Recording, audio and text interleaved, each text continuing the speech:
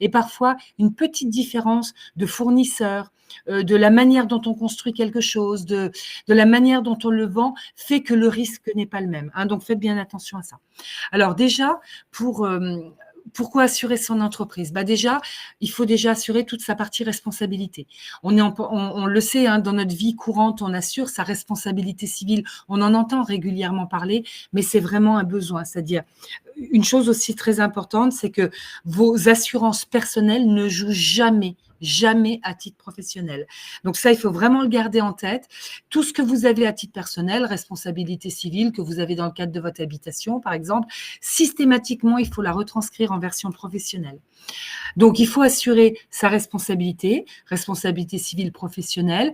Je vends quelque chose et ça crée un dégât ou crée une intoxication alimentaire ou des choses comme ça. Il faut que je sois assurée. J'ai un magasin, quelqu'un vient dans mon magasin et tombe, se blesse, c'est de ma responsabilité. Ce qu'on appelle la responsabilité civile professionnelle. La responsabilité civile locative, quand vous avez un local, il faut l'assurer exactement comme votre maison. Responsabilité civile automobile, on a bien précisé usage pro. Votre assurance auto personnelle ne joue pas à titre professionnel. Il faut systématiquement, si vous utilisez votre véhicule professionnel, votre véhicule personnel, si vous l'utilisez à titre professionnel, il faut rajouter un usage professionnel dans votre assurance véhicule. Et c'est pas une assurance spécialisée, c'est-à-dire je ne parle pas là des gens qui sont taxis, VTC, etc. Où là, il faut vraiment des assurances précises. Mais même pour les gens qui vont utiliser leur véhicule pour aller chez un client, chez un fournisseur, pour aller chercher quelque chose, etc., il faut rajouter cette notion d'usage professionnel et puis sa responsabilité décennale, évidemment, pour les professions du bâtiment. Et là, on est sur de l'obligatoire. Je regarderai les questions après. Quelqu'un qui travaille depuis son logement et qui est déjà assuré, et ben voilà, oui, c'est un très bon exemple, merci Anne. Quand vous travaillez de chez vous, alors déjà dans le principe, vous n'avez pas forcément le droit de travailler de chez vous, vérifiez avec votre bailleur, etc., si vous avez le droit. Et si vous avez le droit de travailler de chez vous, il faut absolument prévenir votre assurance habitation. Soit votre assurance habitation vous rajoute quelque chose sur votre assurance habitation pour faire une assurance professionnelle en parallèle, soit elle va vous dire non, moi je vous assure que sur la partie privée et il faut prendre une assurance professionnelle qu'on appelle une multirisque professionnelle. Donc il faut vraiment, votre assurance habitation ne vous assure pas votre activité professionnelle. Il est évident que si vous êtes assistante, c'est pas très sexy, c'est pas très féministe ce que je dis, hein, je suis désolée. Mais je donne le premier exemple. Vous êtes assistante de direction, par exemple, vous faites du service d'assistanat à distance. Vous ne travaillez chez vous qu'avec votre ordinateur, vous n'avez pas de stock, pas de matériel, vous faites jamais venir de clients, etc., etc. Il n'y a pas de risque lié au fait que vous travaillez de chez vous. Par contre, dès que potentiellement vous avez un peu de stock, un peu de matériel, vous faites venir des clients, etc., là, il faut prendre une assurance professionnelle. Et si vous êtes chez vous, il ne faut pas trop bouger de chez vous. C'est-à-dire quand vous allez voir un client, par exemple, là, il vous faut une responsabilité civile professionnelle. Attends, je suis lente, mais j'ai pas fait en dessous. Assurer ses biens. Assurer ses biens, évidemment, il faut assurer votre stock, votre matériel, votre local, etc., etc. Donc ça, c'est super important. Et assurer sa personne, oui, vous allez être des chefs d'entreprise. Et quand on est un chef d'entreprise, on n'est plus aidé, entre guillemets, ou on n'a plus des aides ou des accompagnements ou des assurances qui sont payées par son employeur. Vous allez être votre employeur. Donc, il faut que vous preniez pour vous les assurances que votre employeur potentiellement prenait avant pour vous. Donc, assurer sa santé, assurer éventuellement sa retraite. Quand on est salarié, on a souvent des retraites complémentaires. Là, il va falloir vous prendre des retraites complémentaires et assurer sa personne en cas de prévoyance, décès, accident, etc. Quand on fait du télétravail, c'est différent. Quand on fait du télétravail, surtout suite au Covid, c'est rentré dans le cadre des assurances habitation, le télétravail. Mais ça veut dire que vous êtes salarié. Et ce n'est pas la même chose quand vous êtes chef d'entreprise.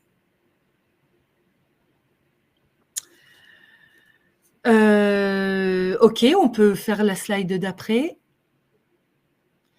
Entre-temps, je peux m'occuper aussi de la modération et répondre aux messages. Ah, génial. Ah, super. Je te laisse répondre alors. Super. Quel risque assuré? Rapidement. On n'est pas là. On a démarré un peu en retard. Donc là, on a jusqu'à 12h30, c'est ça, Yasmine? Oui. OK. Quel risque assuré? Responsabilité civile d'exploitation, c'est la base. C'est ce que tout le monde doit avoir au minimum. C'est ce qui correspond à notre responsabilité civile privée au titre de notre habitation. Vous allez chez des amis, vous cassez leur nouvelle télé qui vaut 3 000 €. Là, ils vont vous dire: «Tu es bien gentil, mais tu fais marcher ta responsabilité civile, tu fais marcher ton assurance». Et bien là, c'est exactement la chose, mais transposée au niveau professionnel. Donc la responsabilité civile d'exploitation, c'est tous les dégâts que vous pouvez faire quand vous allez chez un client, quand vous allez chez un fournisseur, mais c'est également tout ce qui peut arriver dans votre local et qui n'est pas purement lié à votre activité. Ce que je disais tout à l'heure, j'ai un local, j'ai un client qui vient, qui tombe, qui se blesse, c'est de ma responsabilité. Donc la responsabilité civile d'exploitation, c'est vraiment tout ce qui encadre un petit peu votre activité, mais qui n'est pas franchement purement lié à votre activité. Je suis coiffeuse. Je vais vous donner un exemple. Par exemple, je suis coiffeuse. Ma cliente, elle tombe sur une flaque d'eau parce que j'ai laissé de l'eau par terre. Elle tombe sur une flaque d'eau, elle tombe, elle se blesse, elle se casse la hanche. C'est de ma responsabilité. Et là, on n'est pas dans de la RC Pro. On n'est pas dans de l'erreur d'exécution. Alors là, c'est un peu technique ce qu'on vous dit. L'idée, c'est pas de vous donner des informations trop techniques. C'est juste de vous faire comprendre à quel niveau, en tant que chef d'entreprise, vous avez des responsabilités. Et donc ça, la responsabilité civile d'exploitation, tout le monde doit l'avoir. Et en général, quand vous prenez des fois certains types de contrats, une RC Pro d'un côté, pour protéger votre activité purement professionnelle ou une multirisque professionnelle, des choses comme ça, il y a de la responsabilité civile d'exploitation au milieu. OK? Peut-être la slide d'après. Voilà, la responsabilité civile professionnelle. La responsabilité civile professionnelle, c'est comment un client peut se retourner contre moi pour un préjudice qu'il a subi. Donc, la RC Pro, alors dans certains cas, il faut des RC Pro très précises, vraiment dédiées, on appelle ça une RC Pro. Puis dans certains cas, la RC Pro, elle est noyée dans ce qu'on appelle la multirisque professionnelle, c'est-à-dire le contrat qui va assurer votre local, votre stock, votre matériel. Mais ça, c'est pareil, je vous donne des détails, c'est l'assureur que vous allez voir, le professionnel que vous allez voir, qui va vous dire exactement ce qu'il faut. Par contre, ce qu'il faut savoir, c'est la RC Pro, vous êtes toujours responsable de ce qui se passe au sein de votre entreprise et de ce que vous faites. Donc la RC Pro, c'est je vends quelque chose, par exemple, je vends un kebab et puis ou je vends, je sais pas, un sandwich et puis à l'intérieur c'est un peu daubé, puis la personne, elle se prend une intoxication alimentaire, elle se retourne contre moi. Alors il faut justifier le préjudice. C'est pas parce qu'elle a vomi 2 fois qu'elle va pouvoir se retourner contre vous. Par contre, cette personne qui a mangé ce sandwich ou ce kebab chez vous, eh ben peut-être que derrière, elle a loupé un contrat parce que le lendemain, elle a tellement été malade qu'elle n'a pas pu se rendre à son rendez-vous. Et c'est une mannequin et c'est quelqu'un qui avait un casting à passer et elle a loupé peut-être un contrat de centaines de milliers d'euros. Vous voyez ce que je veux dire? C'est-à-dire, quelqu'un peut se retourner contre vous pour un préjudice qu'il a subi. Je suis couturière. Je dois faire des rideaux pour un théâtre et puis je fais les rideaux. Je viens prendre mes mesures, je fais des rideaux. Le matin de la représentation, je pose mes rideaux et les rideaux, ils sont trop courts de 50 centimètres. Et là, le théâtre, il vous dit, non, moi, je suis obligée d'annuler la représentation de ce soir parce que la représentation ne peut pas avoir lieu avec ce rideau qui est trop court. Et là, ils vont se retourner contre vous en disant, voyez, moi, la représentation que j'ai perdue, ça représente 30 000, 40 000, 50 000 euros. Voilà, ils peuvent se retourner contre vous. Là, Laetitia qui pose la question du service, c'est vraiment ça. Alors, correction orthographique. Correction orthographique, c'est toujours pareil, ça dépend ce que vous faites. Correction orthographique, si derrière, il y a des centaines de milliers de livres qui sortent et puis que vous avez laissé passer 35 fautes sur la globalité, là, l'éditeur, il peut se retourner contre vous en disant, attendez, là, vous avez mal fait votre travail. Pour des gens qui vont faire de la transcription, ça peut être, par exemple, des gens qui vont faire de la traduction. Si vous traduisez un petit texte pour une association et que vous êtes trompé sur 2-3 trucs, préjudice, il va falloir le prouver. Par contre, si vous faites de la traduction médicale, vous imaginez les conséquences. Vous voyez, c'est toujours pareil. Ça dépend des conséquences. Et c'est pour ça que là, on ne pourra pas répondre à tout le temps. Alors, sophrologue, voilà, juste pour reprendre, après je continue, mais juste pour reprendre un nouvel exemple.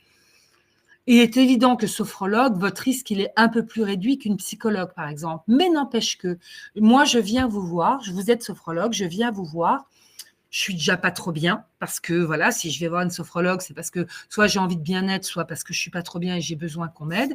Je fais une séance, 2 séances chez vous et je me suicide derrière. La famille se retourne contre vous. Évidemment que c'est pas de votre faute. Évidemment que c'est pas de votre faute, mais n'empêche que il faut toujours trouver la responsabilité de quelqu'un. Donc qu'est-ce que va faire la famille? Elle va se retourner contre vous, la famille, puis elle va dire mais c'est de votre faute. Regardez, moi ma conjointe, elle est venue vous voir 2 fois, 3 fois, elle allait de plus en plus mal, elle s'est suicidée. C'est de votre responsabilité.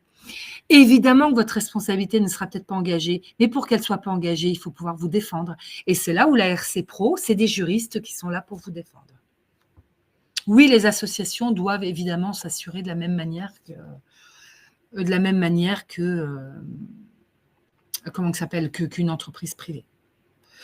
On parle d'assurance de façon générale. Il est évident que dans les grandes sociétés, il est évident que les risques sont démultipliés. Mais de base, tous les entrepreneurs ont les mêmes risques. Ils sont juste démultipliés, plus c'est grand, plus il y en a d'autres qui vont se rajouter, etc. Mais de base, quand on parle de responsabilité civile, une entreprise grosse ou une petite entreprise a exactement la même notion de risque. OK? On peut peut-être passer la slide d'après. Garantie décennale des constructeurs. Ça, c'est pour les professions du bâtiment. Profession du bâtiment, vous êtes dans l'obligation d'assurer vos chantiers pendant 10 ans. Là, ce n'est pas fait pour vous protéger vous, c'est fait pour protéger vos clients. Donc, vous êtes dans l'obligation de prendre une assurance qui va assurer les défauts qu'il peut y avoir sur vos chantiers pendant 10 ans. Évidemment que sur le marché, vous n'allez pas avoir juste de la décennale, c'est-à-dire vous n'allez pas avoir juste l'assurance de vos chantiers pendant 10 ans. Vous allez avoir ce qu'on appelle une garantie bâtiment, ou on appelle ça plus facilement une garantie décennale, mais ça prend en charge votre responsabilité civile, ce dont on a parlé, je fais un chantier, je suis peintre, je monte un échafaudage, j'ai des pots de peinture, il y a un pot de peinture qui tombe et qui tue quelqu'un qui passe dans la rue. C'est toujours un peu extrême, hein, ce que je vous dis. Évidemment qu'on va toujours tirer un peu, avant de tuer quelqu'un, le pot de peinture, il va peut-être salir quelqu'un. Mais bon, le préjudice est quand même beaucoup moins important si la personne, elle se prend juste un pot de peinture, sauf que cette personne, peut-être qu'elle allait à un entretien d'embauche et qu'à cause de vous, elle n'a pas eu son boulot. Vous voyez? Et là, votre responsabilité peut être mise en cause.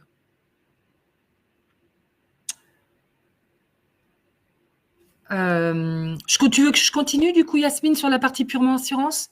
Oui, ensuite, je peux enchaîner moi sur sa personne, ouais. Sur l'assurance de personne, je te laisserai alors. Oui. Okay. L'assurance de biens, eh ben ça, c'est quand vous avez du stock, du matériel. Alors que vous travaillez de chez vous ou que vous travaillez en local, il faut assurer vos biens. Et assurer vos biens, c'est assurer vos biens exactement comme vous assurez vos biens personnels. Quand vous avez une assurance habitation, elle vous assure pour l'incendie, pour l'explosion, pour le dégât des eaux, pour le vol, le vandalisme, etc. Donc, c'est exactement la même chose à titre professionnel.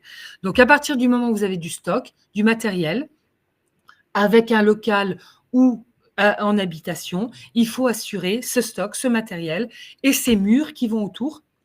Donc, soit le local, soit prendre une assurance parce que vous travaillez de la maison.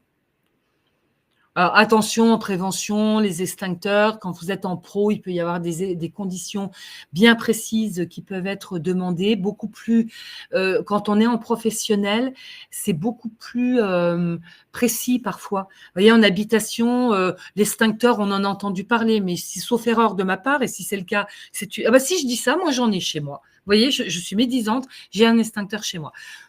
À mon avis, pas vérifié depuis longtemps. Je ne suis pas convaincue de son efficacité. Mais voilà. Mais en habitation, il y a moins d'obligations. En professionnel, il y a des obligations. Et là, il faut vous renseigner. Je crois que c'est un extincteur tous les 90 mètres carrés. Les extincteurs doivent être vérifiés. Donc, c'est pareil. Quand vous prenez un contrat d'assurance, regardez ce que vous impose l'assureur comme mesure de sécurité et vous vous y cadrez.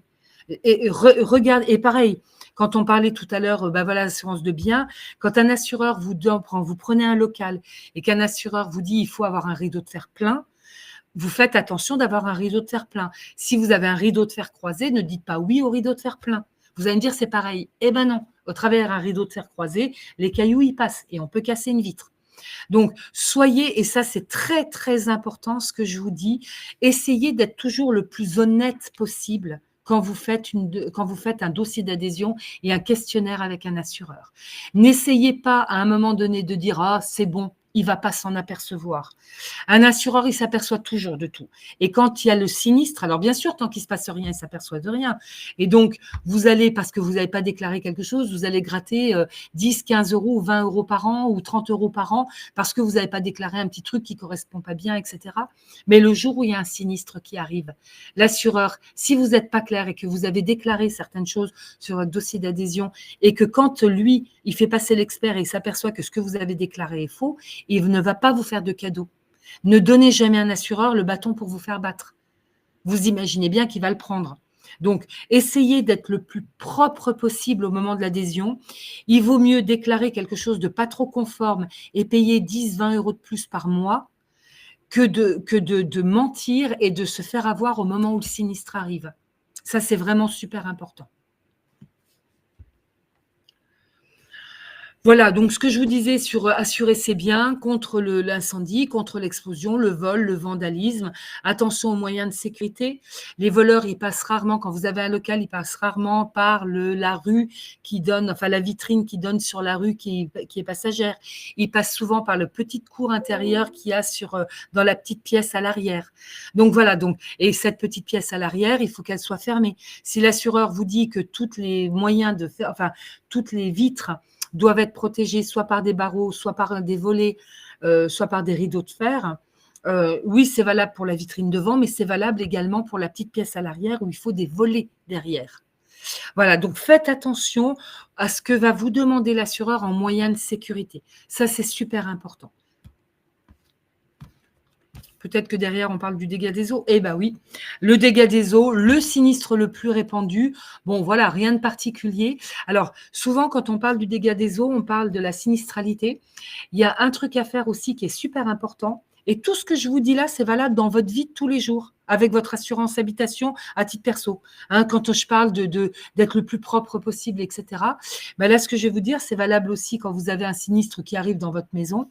Gardez des traces. Trop souvent, les gens, ils nettoient. Bah ouais, j'ai un dégât des eaux, j'ai 2-3 cm d'eau au sol, j'ai des trucs, par exemple des cartons de nourriture, des cartons qui s'abîment. Qu'est-ce que je fais? J'ai tendance à nettoyer, à jeter. Et quand l'expert passe, il n'y a plus rien à regarder derrière, il n'y a plus rien à contrôler.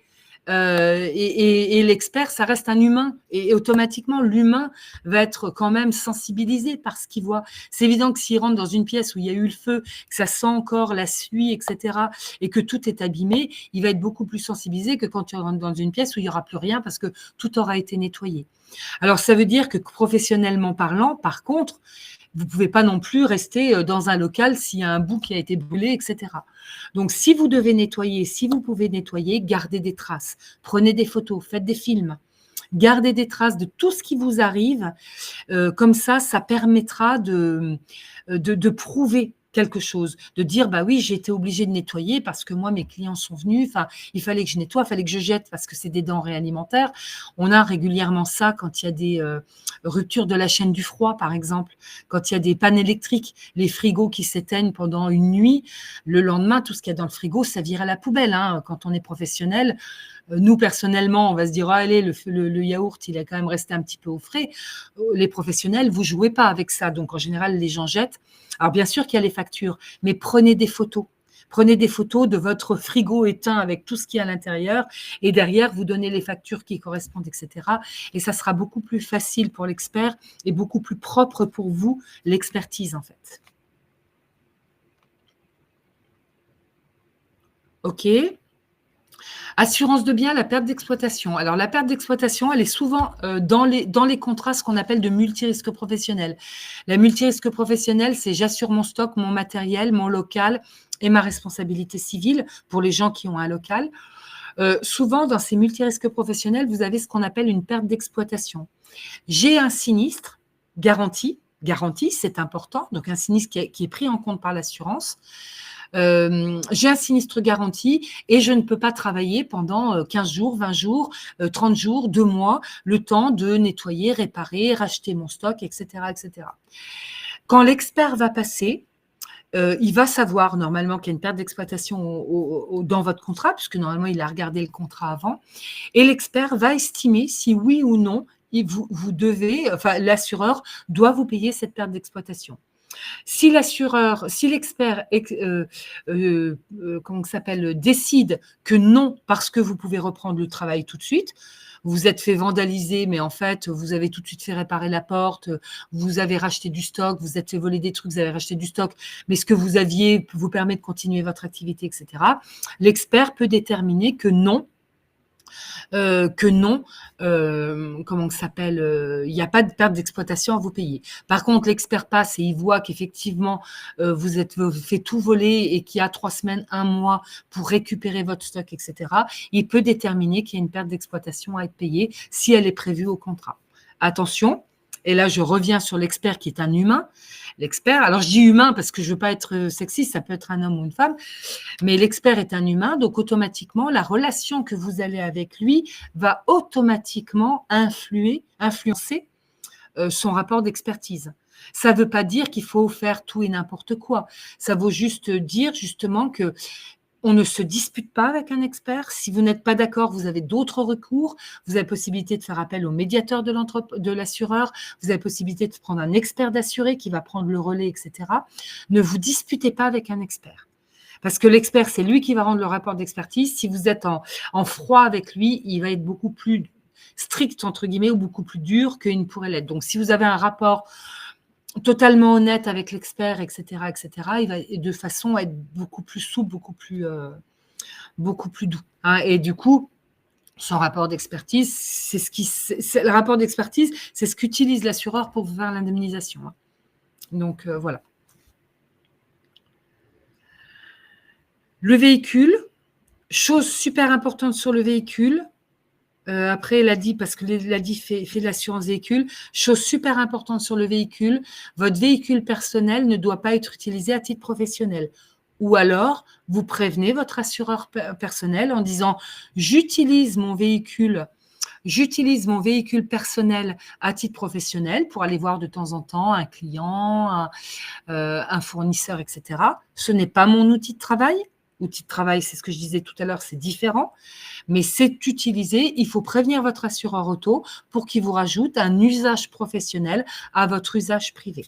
Ça, c'est super important. Le véhicule peut être aussi un outil de stockage.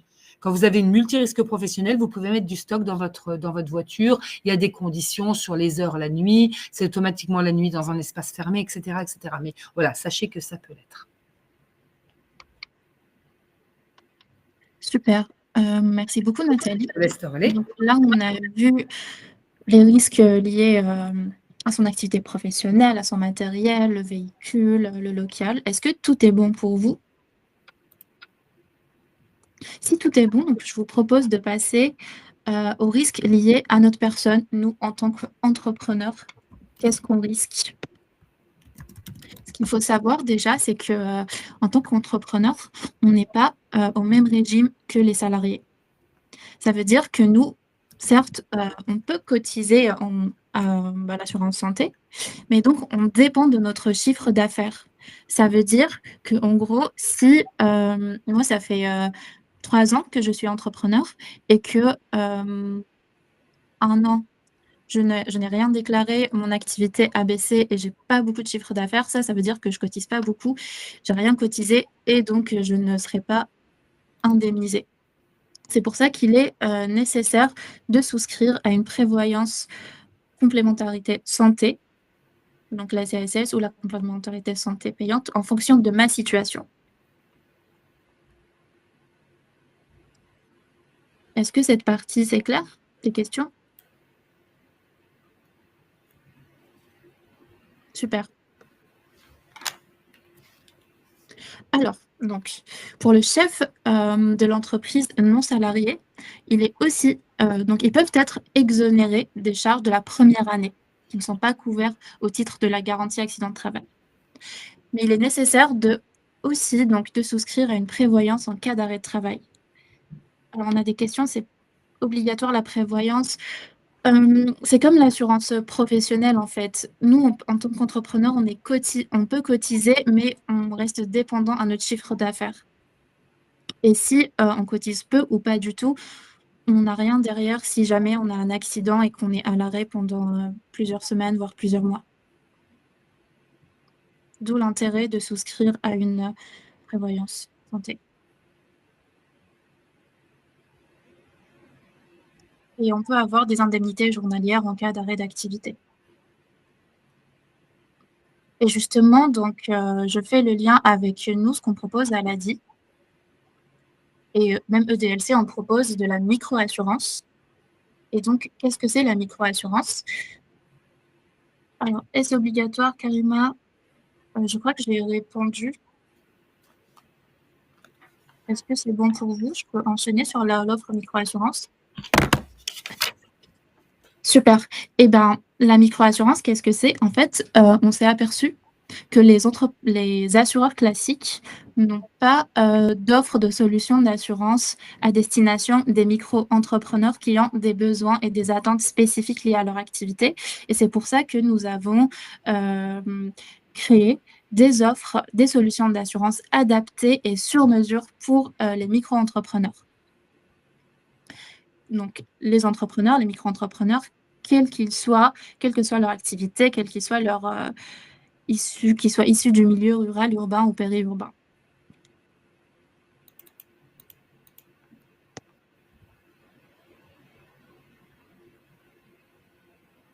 Donc, pour y bénéficier, il faut être accompagné par une structure d'insertion, de création d'entreprise. Ici, nous, c'est l'ADI, vous avez aussi BGE, la CCI, la CMA, France Active, Initiative France, etc.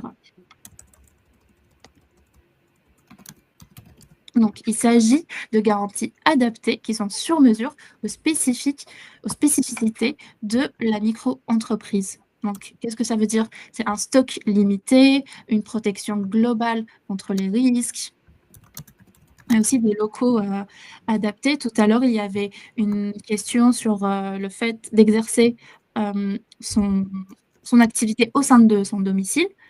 Par exemple, à l'ADI, nous, notre multirisque professionnel permet de couvrir son activité au sein du domicile. Si je suis couturière, par exemple, et je dédie une pièce dans ma maison dédiée à mon activité, à la couture, cette pièce-là, cette chambre, cet atelier est couvert avec la multirisque sans local. Parmi les points intéressants de la micro-assurance, on a des frais de gestion, des commissions qui sont limitées ou inexistantes, des franchises qui sont assez basses et des tarifs attractifs, étant donné que c'est des offres qui sont négociées et dédiées aux micro-entrepreneurs. Nous proposons aussi donc, un accompagnement individuel, des conseils lors de la souscription et en cas de sinistre aussi.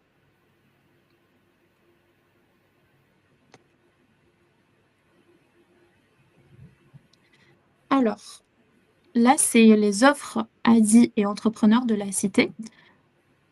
Nous proposons donc des offres responsabilité civile professionnelle simple, des multirisques professionnels sans local, une multirisque professionnelle avec local. Là, c'est l'ADI et entrepreneurs de la cité. Nous avons également une assurance décennale à destination des entrepreneurs du bâtiment. Ça, c'est EDLC, entrepreneurs de la cité. Une assurance automobile, ça, c'est nous, l'ADI. Une prévoyance accident-maladie.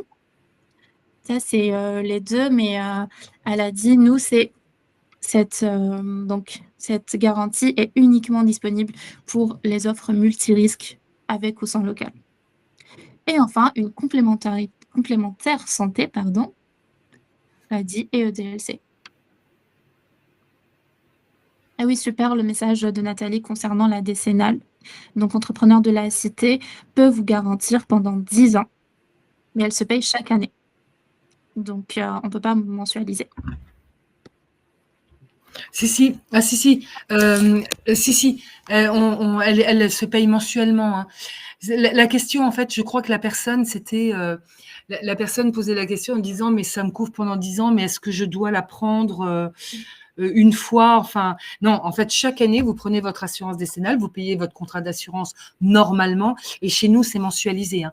On la paye, c'est payé par mois. Hein. Oui, parce que c'est cher la décennale. C'est cher la décennale comme assurance par rapport à toutes les autres. C'est quand même une assurance. La visio a coupé. Vous m'entendez, vous me voyez? De mon côté, oui. Qu'est-ce que DLC, les visio? Ah, peut-être que la personne n'a juste pas entendu ce que faisait DLC, je ne sais plus. Qu'est-ce que DLC? C'est ça votre question, Hélène? Entrepreneur de la cité, c'est ça? Ah, voilà. Qu'est-ce que DLC? On est une fondation reconnue d'utilité publique et on propose des contrats de micro-assurance aux créateurs d'entreprises. Oui, je comprends la question. Parce que tout à l'heure, Yasmine, on parlait d'entrepreneur de la cité et là, on dit EDLC. Désolée, ça nous semble tellement évident à toutes les deux qu'on se pose même la question. EDLC, c'est entrepreneur de la cité. C'est le sigle. Et oui, donc ces offres sont disponibles à La Réunion. Et justement, EDLC propose aussi voilà, une offre très intéressante qui permet de diagnostiquer le local, son local commercial, pour voir s'il est aux normes ou pas, gratuitement. Ça s'appelle Local Secure, c'est le service Local Secure. Peut-être, Nathalie, je te laisserai en parler mieux que moi. J'étais en train de répondre à la question. Alors voilà, Local Secure. Alors, pour pouvoir bénéficier, alors nous, chez EDLC, chez Entrepreneur de la Cité, pour pouvoir bénéficier de nos produits, il faut automatiquement passer par un réseau d'aide à la création. Sinon, vous ne pouvez pas avoir accès. Donc, en l'occurrence, par exemple, l'ADI est considéré. Alors, l'ADI, ils font plus que de l'aide à la création parce qu'ils font du financement, mais un réseau d'accompagnement à la création. Et Local Secure, donc pour pouvoir bénéficier de Local Secure, il faut obligatoirement passer par un réseau d'aide à la création d'activités. J'étais en train de lire en même temps ton truc, un réseau d'aide à la création. Et en fait, effectivement, il y a un expert, on a la capacité de vous faire passer gratuitement un expert dans le futur local que vous allez prendre pour aller voir l'état de votre local. Donc, l'expert, il ne va pas mettre un tampon aux normes comme vous devez l'avoir sur les normes d'accès PMR, etc. Il va vraiment avoir une vue d'artisan, entre guillemets, et il va aller regarder quel est l'état du local pour voir si potentiellement le local est en bon état, s'il y a des travaux à faire, etc.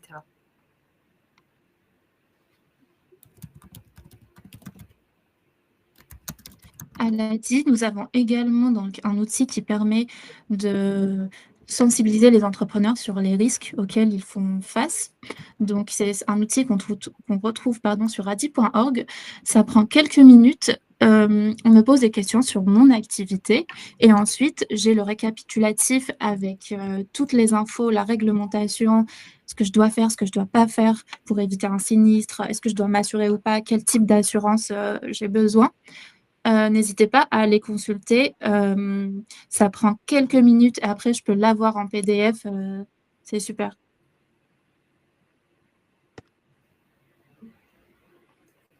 Et évidemment, nous, à l'ADI, comme entrepreneurs de la cité, nous travaillons avec des partenaires. Nous avons négocié ces offres-là à destination des personnes qu'on accompagne et qu'on finance auprès de ces partenaires-là. Donc, pour l'ADI, nos assurances professionnelles sont négociées avec AXA.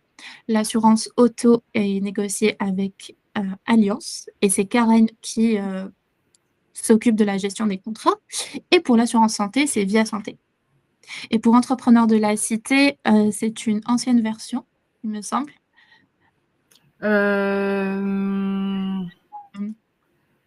Ah oui, oh là, oui, c'est une ancienne version. Alors, pour Entrepreneurs de la Cité, aujourd'hui, nous avons… Ah oui, parce que CNR dit plus du tout. Pour Entrepreneurs de la Cité, nous avons AG2R, La Mondiale, CNP, Hiscox, April, Wacam. Voilà, à peu près. En fait, ce qui est important, ce que vous dit Yasmine et ce qu'on vous dit là, ce qui est important, c'est que on n'est que, entre guillemets, des intermédiaires. Évidemment que derrière nous, il y a de vrais assureurs qui acceptent de rentrer dans cette logique de programme social et solidaire et de micro-assurance. Donc, c'est souvent des contrats qui sont vendus sans frais de gestion, sans frais de commission, avec des marges réduites. Enfin, c'est des contrats qui ont été rediscutés avec des professionnels. Mais derrière nous, il y a de vrais assureurs entre guillemets. C'est trop. Il faut. C'est hyper sécurisé un assureur. Hein, il fait pas ce qu'il veut. Il y a des règles d'ACPR qui est un organisme de contrôle très très strict, etc. Donc, ce que je veux dire, c'est que et c'est aussi la garantie pour vous que l'on passe par des assureurs comme ça. C'est aussi la garantie pour vous que quand vous prenez un contrat d'assurance, si vous avez un sinistre, vous avez potentiellement la chance, l'opportunité d'être réglé. Alors qu'on a déjà entendu, hein, et ça c'est sur la décennale, hein, je veux alerter les gens. Sur la décennale, il y a des contrats qui cassent un petit peu le marché, mais qui sont des contrats qui ne sont pas, j'ai perdu le mot, mais qui ne sont pas reconnus dans cette forme d'Union européenne, qui fait qu'ils n'ont pas les mêmes garanties et pas les mêmes, c'est-à-dire en gros les assureurs n'ont pas les mêmes conditions de garantie. Et c'est déjà arrivé que des gens payent une décennale et que la société elle disparaisse au bout de 2-3 ans. Donc, ça veut dire que tous les chantiers que vous avez fait pendant 2-3 ans, si la société, elle disparaît derrière, vos chantiers ne sont plus assurés. Et c'est grave, parce que justement, l'objectif, c'est d'assurer vos chantiers. S'il y a un souci, c'est qu'on ne revienne pas vers vous. Donc, il faut faire attention quand on prend un contrat d'assurance. Aller au prix, c'est important, mais il faut quand même aller chez des assureurs qui rentrent dans les règles européennes qu'on nous impose, en fait. Surtout qu'aujourd'hui, il existe des packs sur Internet de contrats d'assurance qu'on peut prendre, qui peuvent paraître attractifs, mais faites vraiment attention, prenez le temps de comparer, de chercher. Il y a une personne qui demandait juste sur les... C'est vraiment une vieille version que tu as là, Yasmine. Oui, j'ai pas pu, j'ai galéré, en fait, un souci, j'ai galéré à trouver la nouvelle. Ouais, parce que là, il n'y a pas. Moi, parce que normalement, nous, on a un code barre et tout qui a été mis, c'est pas grave. C'est comment? Attendez, j'étais en train de. Il y a Yassi qui dit c'est comment la décennale quand on n'a pas de chiffre d'affaires. Quand vous n'avez pas de chiffre d'affaires, vous avez toujours un tarif plancher, hein. C'est-à-dire une assurance décennale. Si vous n'avez pas de chiffre d'affaires, ça veut dire que vous ne travaillez pas. Si vous ne travaillez pas, faut pas prendre de décennale, quoi, parce que ça vous coûte cher pour rien du tout. Par contre, j'ai perdu le... J'utilisais ma micro juste comme complément de revenu. Cela dure 5 ans et comment je fais aujourd'hui cette assurance? En fait, le souci, en fait, c'est que si vous, même en complément de salaire, il vous faut une décennale. Mais c'est sûr que si vous n'avez pas du tout de chiffre d'affaires, la décennale, elle va quand même vous faire payer le prix plancher, le prix minimum. Et c'est toujours cher un prix minimum en décennale. Bon, là, on est sur du minimum 800-900 € par an. Donc, si vous n'avez pas de chiffre d'affaires, il ne faut pas garder de décennale.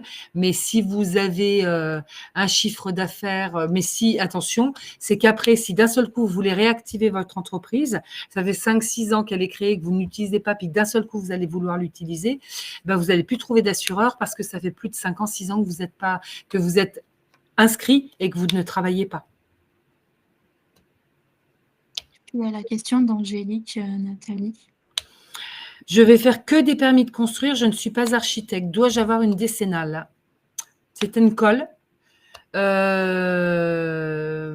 ne connais pas cette activité de ne faire que des permis de construire sans être architecte. Donc, sincèrement, je ne sais pas du tout.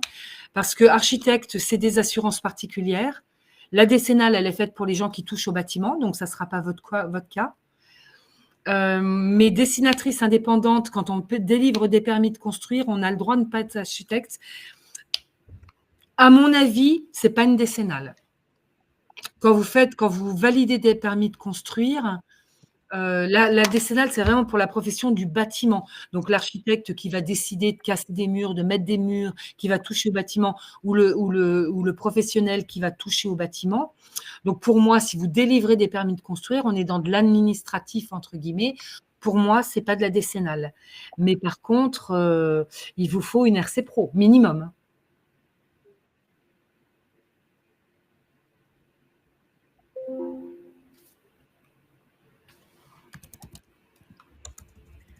Alors, donc, pour bénéficier de ces offres, vous pouvez appeler Entrepreneurs de la Cité à ce numéro-là, ou alors aller sur entrepreneurdelacité.org et là, vous pouvez faire des devis. Vous avez un simulateur d'éligibilité, vous tapez votre activité et vous aurez le tarif. Sauf pour la décennale, on a besoin, je pense, de plus de précision. Oui. Il faut appeler tout à Ah fait. bah, mais sinon, pour les autres activités, vous aurez le tarif, et tout. Alors le seul, alors c'est un petit souci, je le mets entre guillemets. On a aujourd'hui des listes d'activités un petit peu strictes, et les gens n'arrivent pas forcément à retrouver leur activité texto dans la liste d'activités. On a fait une demande d'aménagement de notre outil, et je ne crois pas que ça a été mis en place. Donc, au cas où vous allez voir sur le site, ou alors vous passez un mail à contact-entrepreneur-de-la-cité.org et quelqu'un vous rappellera, c'est peut-être l'idéal. Ou alors, vous allez sur notre site et vous demandez le devis, mais vous cherchez une activité qui correspond à celle que vous avez. Mais vous la cherchez avec des mots-clés et vous mettez celle qui ressemble le plus à votre activité. Et pour la LT, donc pas besoin d'accompagnement. Donc soit vous appelez le numéro, vous allez sur adi.org, vous prenez rendez-vous et après, on peut vous proposer nos offres. Il nous reste quelques minutes, pour 7 minutes, pour les dernières questions. Est-ce qu'un véhicule de société ou bien un véhicule de fonction, quand j'utilise mon véhicule, je ne comprends pas la question en fait. Attendez, Pierre, ça balaye. Est-ce qu'un véhicule de société ou bien un véhicule de fonction, quand j'utilise mon véhicule personnel sans le mettre dans la société, je pense que c'est le fait d'utiliser son véhicule perso sans le déclarer. Bah, alors, je redis ce que j'ai dit tout à l'heure. Je ne sais pas si ça va répondre à votre besoin, mais quand on a besoin d'un véhicule de fonction, on prend un véhicule de fonction et on prend une assurance dédiée au véhicule de fonction. C'est une assurance professionnelle. Voilà. Quand on utilise son véhicule perso à titre professionnel exceptionnellement, il faut prévenir son assureur auto pour qu'il vous mette cet usage professionnel au sein de votre assurance personnelle. Et Sofiane, c'est de la RC Pro qu'il vous faut, et pour la prestation de services type développement web, site et pertinentiaire, etc., c'est de la RC Pro qu'il vous faut. La RC Pro, et attention, on n'en a pas trop parlé là, on n'en a pas parlé du tout, et attention pour toutes les professions plutôt effectivement type développement, si les sites attaqués, etc., prenez des contrats de cyber-risque. Bien trop souvent, maintenant, c'est le risque. On a presque plus de risques de se faire hacker que de se faire cambrioler. Donc, prenez des contrats et même pour tout le monde, hein, moi, c'est ce que je disais souvent, je cite souvent l'exemple que je connais quelqu'un qui est ferronnier, donc profession du bâtiment, qui est ferronnier dans un petit bled dans l'Isère. Il a fait un portail, enfin, il a fait un ouvrage, 9 000 euros. Donc, 9 000 euros, ça doit représenter un mois et demi de boulot quand même. Il a envoyé sa facture à son client.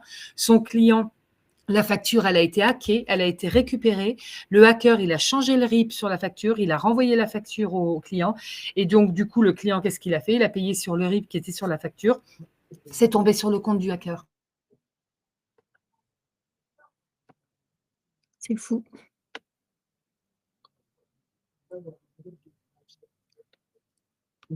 Donc, comme je vous l'ai mis par message, n'hésitez pas à aller sur adi.org, je sécurise mon activité pour connaître toutes les réglementations et les garanties à prendre.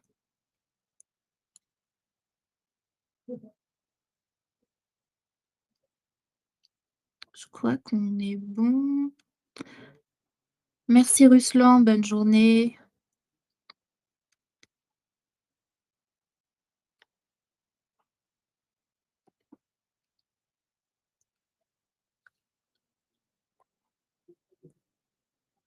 Je sécurise. Alors, voici le lien. Si vous ne trouvez pas, je sécurise mon activité. Je vous ai remis le lien justice.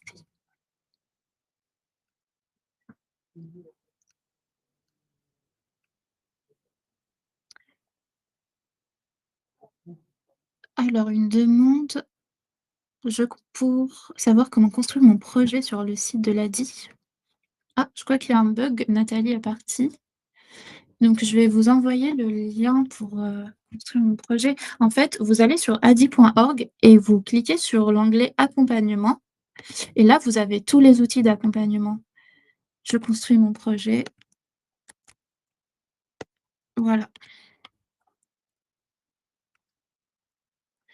Merci beaucoup à vous d'avoir, assisté à cette webconférence. Je pense que Nathalie a un problème et s'est déconnectée.